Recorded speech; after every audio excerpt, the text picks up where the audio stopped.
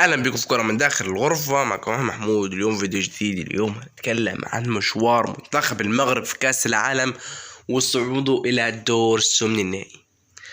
خلينا نتكلم في الاول قبل ما نتكلم على اللعيبه والتكتكس وعلى المدير الفني وعلى كل حاجه في المباراه. نتكلم على الجمهور، على جرينتة الجمهور، على ثقه الجمهور في المدرب واللعيبه. ودي الحاجه يعني اللي موصلينها للعيبه. يعني الجمهور بيوصل انه احنا عندنا ثقه فيكم انكم تصعدوا.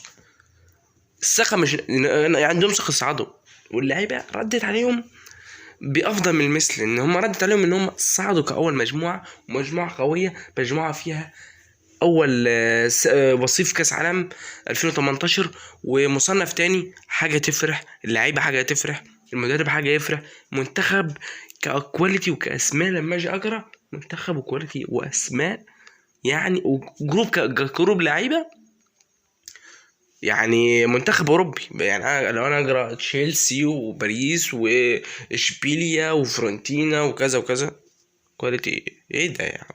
جروب لعيبه منتخب اوروبي. شرفونا، صعدوا الدور من النهائي.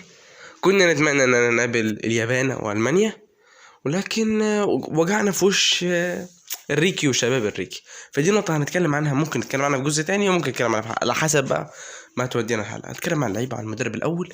بسم الله ما شاء الله. اللعيبة في ثقة، اللعيبة فاهمة بعض، اللعيبة مش طبيعية. المدرب بسم الله ما شاء الله عليه.